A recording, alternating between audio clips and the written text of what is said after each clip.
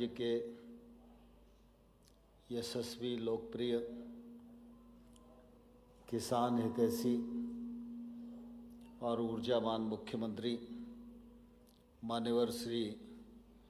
शिवराज सिंह चौहान साहब, राज्य सरकार के उत्साही और युवा कृषि मंत्री माननीय श्री कमल पटेल जी, और इस कार्यक्रम में यहाँ पर उपस्थित और पूरे प्रदेश भर में वर्चुअल रूप से जुड़े हुए हमारे किसान भाइयों बहनों और पत्रकार मित्रों, आज इस अवसर पर मैं आप सबके समक्ष उपस्थित होकर बहुत ही प्रसन्नता महसूस कर रहा हूँ, क्योंकि एक और तो यह कार्यक्रम राज्य भर के किसानों के लिए समर्पित है कि 2003 से पूर्व मध्य प्रदेश में भी किसानी होती है, मध्य प्रदेश में भी कृषि उत्पादन होता है, मध्य प्रदेश का किसान भी कृषि की दृष्टि से क्षमतावान है और मध्य प्रदेश के किसान का देश के किसानी के क्षेत्र में कोई योगदान है, इस प्रकार की कोई चर्चा भी देश के कृषि मानचित्र पर नहीं होती थी। जब भी खेती की बात चलती थी तो सामान्यतः लोगों की ज़बान पर हरियाणा और पंजाब के किसान का ही नाम आया करता था। केंद्रीय पूल में खाद्यान्न देने की बात होती थी तो मध्य प्रदेश शून्य बटा सन्नाटा हुआ करता था। इस दृष्टि से भी हमारी कोई चर्चा नहीं होती थी। लेकिन मैं धन्यवाद देना चाहता हूं माननीय शिवराज सिंह जी को कि सरकार भारतीय जनता पार्टी की बनी, मुख्यमंत्री के रूप में शिवराज सिंह चौहान जी ने कार्यभार संभाला तो खेती को, किसान को, गांव को, गरीब को उन्होंने प्राथमिकता पर रखा। कृषि के क्षेत्र में अभिनव प्रयोग किए, कृषि के क्षेत्र में पैसे की व्यवस्था की, किसान को उत्साहित किया, किसान को तकनीक से जोड़ने का प्रयत्न किया, किसान का प्राकृतिक आपदा से नुकसान हो इसके लिए समय समय पर सुरक्षा कवच उनके नेतृत्व में उपलब्ध कराए गए। उसी का परिणाम है कि आज जब कृषि क्षेत्र की चर्चा होती है तो पंजाब और हरियाणा से पहले मध्य प्रदेश के किसान और मध्य प्रदेश की कृषि और मध्य प्रदेश का उत्पादन और मध्य प्रदेश की उत्पादकता की चर्चा होती है। यह हम सब लोगों के लिए बहुत ही सौभाग्य और गौरव का विषय है। हम इस बात को भी भलीभांति जानते हैं कि 2003 से पहले खेती जिन कारणों से बढ़ सकती थी, लेकिन जहां एक और सर्वांगीण विकास की दृष्टि से उन्होंने काम किया, लेकिन साथ ही साथ गांव, गरीब और किसान को कभी भी उपेक्षित नहीं होने दिया। इसलिए गांव का विकास हो, पंचायतों को सशक्त बनाया जाए, अधिक पैसे की उपलब्धता हो और किसान को निश्चित रूप से खेती लाभप्रद हो, इस दृष्टि से भी प्रधानमंत्री जी ने गंभीरता से अनेक सुधार किए, अनेक निर्णय लिए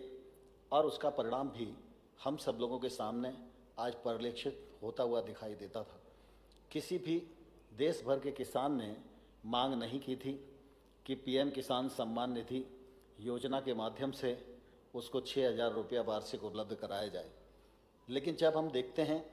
कि आज उत्पादन में हमारी प्रचुरता है लेकिन किसान की आय कम है और इसलिए प्रधानमंत्री जी ने कहा हमारी नीतियां आय केंद्रित होनी चाहिए, तो सिर्फ भाषणों में ही नीतियां रहें इससे काम नहीं चलेगा। किसान भी परिश्रम करें, राज्य भी परिश्रम करे, तकनीक का भी सहारा लिया जाए और केंद्र सरकार भी अपने कदम बढ़ाए। इसलिए उन्होंने प्रथमतः किसान सम्मान निधि योजना का आरंभ किया और मुझे कहते हुए प्रसन्नता है कि आज 11 करोड़ 37 लाख किसानों को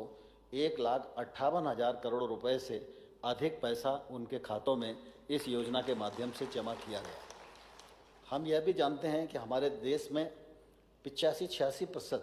छोटा किसान है। छोटा किसान यानी 2 हेक्टेयर से भी उसके पास भूमि कम है। अब जिसके पास रकबा छोटा है, कल परिवार बढ़ेंगे वो और छोटा होने वाला है। तो ऐसी स्थिति में खेती मुनाफे में आए, यह एक कठिन काम है। छोटे रकबे में मुनाफा हो, इस दृष्टि से जब विचार चल रहा था तो एफपीओ परियोजना ने जन्म लिया और देश भर में 10,000 कृषि उत्पाद संगठन बनाए जाएं, यह योजना बनी। इन संगठनों में बड़ी संख्या में छोटा छोटा किसान जुड़ेगा तो निश्चित रूप से उसकी ज़मीन का रकबा भी बढ़ेगा। वह एक प्रकार की क्लस्टर खेती कर सकेगा, एक साथ खाद बीज खरीद सकेगा, एक साथ सिंचाई कर सकेगा, एक प्रकार की फसल पैदा कर सकेगा। तो निश्चित रूप से उसकी लागत भी कम आएगी और जब 300 किसान एक एफपीओ में मिलकर उत्पादन करेंगे तो अपने उत्पादन का मोल भाव भी वो ताकत से कर पाएंगे। आज व्यवहार में ये आता है कि छोटा किसान तो एमएसपी का भी लाभ नहीं ले पाता, क्योंकि उसके पास उत्पादन इतना कम होता है कि वो एमएसपी पर बेचने के लिए जाए तो किराए खर्च में ही उसका सारा जमा खर्च निबट जाता है। इसलिए एफपीओ बने और छोटे किसान की ताकत बढ़े, उसके जीवन स्तर में बदलाव आए। इसलिए 6,850 करोड़ रुपए की लागत से कृषि उत्पाद संगठन पर केंद्र सरकार खर्च कर रही है और मुझे कहते हुए प्रसन्नता है कि मध्य प्रदेश में इस योजना का क्रियान्वयन शिवराज जी के नेतृत्व में बहुत ही ठीक ढंग से संपन्न हो रहा है। हम सब देखते हैं कि इतने दिन में कृषि के क्षेत्र में अधोसंरचना तो विकसित हुई। सरकार की सब्सिडी के कारण